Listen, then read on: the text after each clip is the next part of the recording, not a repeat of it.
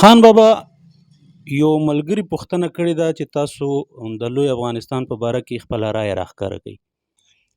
اعوذ بالله من الشیطان الرجیم بسم الله الرحمن الرحیم. د لوی افغانستان باره کې خپل رائے راښکاره کما. نو دا لوی افغانستان والا دا نه وایي چې یاره لامو تر اباسینه یو خلک دي وای،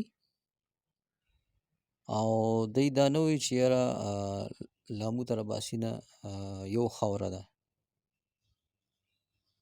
مطلب دا یو خاوره ده کنه، یو خلک دي.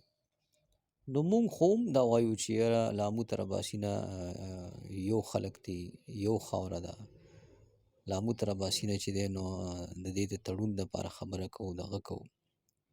طریقه به بدله وي خو غور پکار دی چې وشي. مونږ چونکې د میدان سیاست کوو، د میدان سیاست چې دی د هغې دغه سټرټیجي او دغه بدل وي.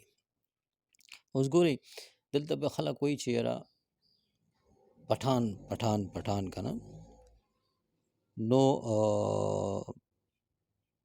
که څوک د پټان نوم اخلي نو مونږ وایو یاره دا د پښتون نوم اخلي. که څوک د افغان نوم اخلي نو مونږ وایو دا د پښتون نوم اخلي.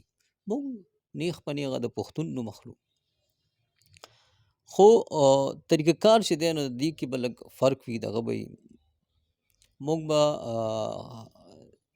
لکه د دې خبره به وکړو چې پښتونخوا او جنوبي پښتونخوا چې دی نو دا یو پښتانه دي که نه.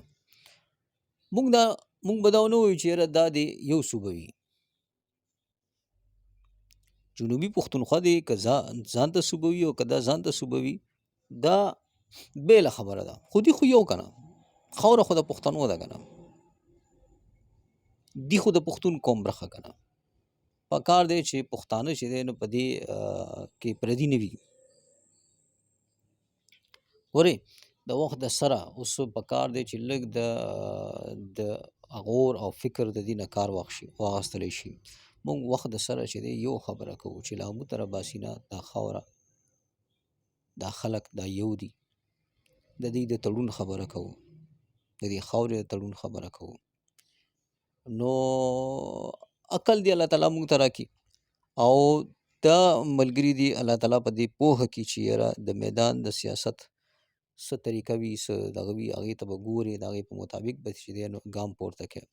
ما ته چې څه اسان وي، کومه طریقه اسانه وي، کومه لاره اسانه وي، زه به هغه خپلومه. په کوم طریقه چې ما سره زما پښتانه وروڼه، زه د پنجابي سوچ نه، د نورو د اغیارو د سوچ نه، د فارسیانو د سوچ نه هغه راویستل غواړم، راویستی شم.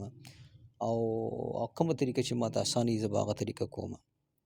سیاست ویم دې ته. او پاتې شوه خبره چې